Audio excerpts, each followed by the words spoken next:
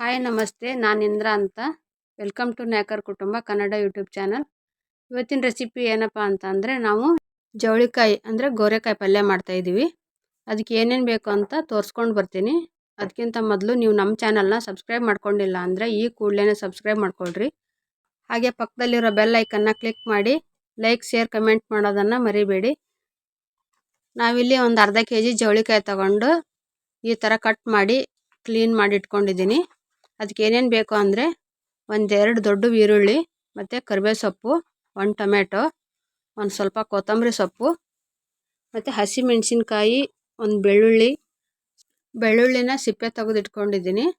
ಮತ್ತು ಒಂದು ಸ್ವಲ್ಪ ಹಸಿ ಕೊಬ್ಬರಿ, ಒಂದೆರಡು ಸ್ಪೂನ್ನಷ್ಟು ಶೇಂಗಾ ಕಾಳನ್ನ ಹುರ್ಕೊಂಡು ಇಟ್ಕೋಬೇಕು. ಮತ್ತು ಸ್ವಲ್ಪ ಎಣ್ಣೆ, ರುಚಿಗೆ ತಕ್ಕಷ್ಟು ಉಪ್ಪು, ಮತ್ತು ಗುರೆಳ್ ಪುಡಿ, ಅರ್ಶಿನದ ಪುಡಿ, ಸಾಂಬಾರು ಪುಡಿ, ಇಷ್ಟೆಲ್ಲ ಚವಳಿಕಾಯಿ ಪಲ್ಯಕ್ಕೆ ಬೇಕು. ನೋಡಿ, ಇವಾಗ ನಾನು ಒಂದು ಮಿಕ್ಸಿ ಜಾರ್ ತಗೊಂಡು ಅದಕ್ಕೆ ಒಂದು 8 ಹಸಿಮೆಣಸಿನ್ಕಾಯಿ, ಬೆಳ್ಳುಳ್ಳಿ ಮತ್ತು ಹಸಿ ಕೊಬ್ಬರಿ, ಶೇಂಗಾ ಹಾಕಿ ತರಿಯಾಗಿ ರುಬ್ಕೋಬೇಕು.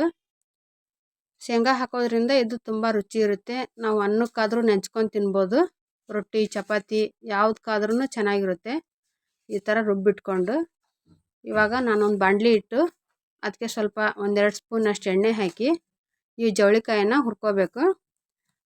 ಕೆಲವೊಬ್ಬರು ಇದನ್ನು ಬೇಯಿಸ್ಬಿಟ್ಟು ಮಾಡ್ತಾರೆ. ಬೇಯಿಸ್ಬಿಟ್ಟು ಮಾಡೋದು ಅಷ್ಟೊಂದು ರುಚಿಯಾಗಿರೋದಿಲ್ಲ. ಅದಕ್ಕೋಸ್ಕರ ಇದನ್ನ ಚೆನ್ನಾಗಿ ಹುರ್ಕೋಬೇಕು. ಒಂದು 5-10 ನಿಮಿಷನಾದರೂ ಹುರ್ಕೋಬೇಕು. ಇವಾಗ ನಾನು ಇಲ್ಲೊಂದು ಪಾತ್ರೆ ಇಟ್ಟು ಇದಕ್ಕೆ ಮತ್ತೆ ಒಂದು 3 ಸ್ಪೂನಷ್ಟು ಎಣ್ಣೆ ಹಾಕಿ 2 ಗಡ್ಡೆ ಈರುಳ್ಳಿ ಹಾಕಿ ಫ್ರೈ ಮಾಡ್ಕೊತಾ ಇದ್ದೀನಿ. ಇವಾಗ ನಾನು ಮತ್ತೆ ಕರಿಬೇವು, ಟೊಮೆಟೊ ಹಾಕಿನೂ ಇದ್ರ ಜೊತೆಗೇ ಸ್ವಲ್ಪ ಹೊತ್ತು ಫ್ರೈ ಮಾಡ್ಕೊತಾ ಇದ್ದೀನಿ. ಸ್ವಲ್ಪ ಇದು ಕೆಂಪಗಾಗಬೇಕು. ಇವಾಗ ನಮ್ಗೆ ಎಷ್ಟು ಬೇಕೋ ಅಷ್ಟು ಉಪ್ಪು ಹಾಕ್ಕೋಬೇಕು, ರುಚಿಗೆ ತಕ್ಕಷ್ಟು.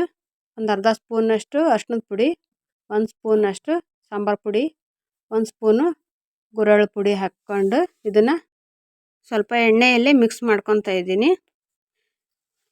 ಇವಾಗ ನಾನು ರುಬ್ಬಿಟ್ಟಿರ್ತಕ್ಕಂಥ ಮಸಾಲೆನ ಇದಕ್ಕೆ ಇವಾಗ ಸೇರಿಸ್ಕೋಬೇಕು.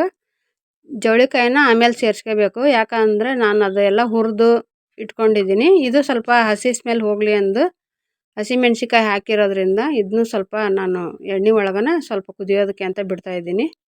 ಇವಾಗ ಸ್ವಲ್ಪ ನೀರು ಸೇರಿಸ್ಕೊಂಡು ಕುದಿಯೋದಕ್ಕೆ ಅಂತ ಬಿಟ್ಟು ಇವಾಗ ಇದು ಕುದಿ ಬಂದಮೇಲೆ ಇವಾಗ ನಾನು ಜವಳಿಕಾಯಿ ಹಾಕ್ತಾಯಿದ್ದೀನಿ. ಕೆಲವೊಬ್ಬರು ಇವನ್ನ ಜವಳಿಕಾಯಿನ ಹುರಿದು ತೊಳೆದು ಹಾಕ್ತಾರೆ. ಆ ಥರ ಮಾಡೋದ್ರಿಂದ ರುಚಿ ಅಷ್ಟೊಂದು ಇರೋದಿಲ್ಲ. ಯಾಕೆಂದರೆ ನಾವು ಎಣ್ಣೆ ಹಾಕಿ ಇದನ್ನು ಹುರಿದಿರ್ತೀವಿ, ಮತ್ತು ತೊಳೆಯೋಂಥ ಅವಶ್ಯಕತೆ ಇರೋದಿಲ್ಲ. ಮೊದಲೇ ಎಲ್ಲ ಬಿಡಿಸ್ಕೊಂಡು ತೊಳೆದು ಎಲ್ಲ ನೀಟಾಗಿ ಇಟ್ಕೊಂಡಿರ್ತೀವಿ. ಅದಕ್ಕೆ ನಾವು ಎಣ್ಣೆ ಹಾಕಿನೇ ನಾವು ಹುರ್ಕೊಂಡಿರ್ತೀವಿ, ತೊಳೆಯೋಕ್ಕೆ ಹೋಗಬಾರ್ದು.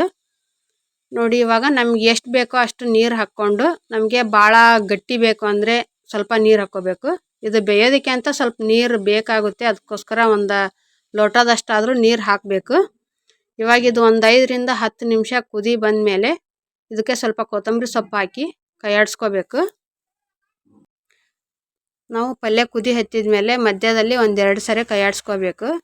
ಯಾಕೆ ಅಂತಂದರೆ ನಾವು ಇದಕ್ಕೆ ಸ್ವಲ್ಪ ಶೇಂಗಾ ಬೀಜ ಹಾಕಿರೋದ್ರಿಂದ ತಳ ಹಿಡಿಯೋ ಚಾನ್ಸಸ್ ಇರುತ್ತೆ. ಅದಕ್ಕೋಸ್ಕರ ನಾವು ಪಲ್ಯ ಕೈಯಾಡಿಸ್ಕೋಬೇಕು. ನೋಡಿ, ಇದು ಇವಾಗ ರೆಡಿಯಾಗಿದೆ, ಉತ್ತರ ಕರ್ನಾಟಕದ ಜವಳಿಕಾಯಿ ಪಲ್ಯ. ನೀವು ಅಕ್ಕಿ ರೊಟ್ಟಿ, ಜೋಳದ ರೊಟ್ಟಿ ಮತ್ತು ಚಪಾತಿ ಯಾವ್ದು ಜೊತೆಗಾದರೂ ಮಾಡ್ಕೊಂಡು ತಿನ್ಬೋದು. ಅದರಲ್ಲೂ ನಾವು ಸ್ವಲ್ಪ ಚಪಾತಿ ಜವಳಿಕಾಯಿ ಪಲ್ಯ ಅಂದರೆ ತುಂಬಾ ಇಷ್ಟಪಡ್ತಾರೆ ಮಕ್ಕಳಂತ್ರೂ. ಅದಕ್ಕೋಸ್ಕರ ನಾನು ಚಪಾತಿ ಜೊತೆಗೆ ಜವಳಿಕಾಯಿ ಪಲ್ಯ ಮಾಡಿದ್ದೀನಿ. ನಿಮಗೆ ಈ ವಿಡಿಯೋ ಇಷ್ಟವಾದರೆ ಲೈಕ್, ಶೇರ್, ಕಮೆಂಟ್ ಮಾಡೋದನ್ನು ಮರಿಬೇಡಿ. ಹಾಗೆ ಸಬ್ಸ್ಕ್ರೈಬ್ ಮಾಡಿ. Thank you for watching.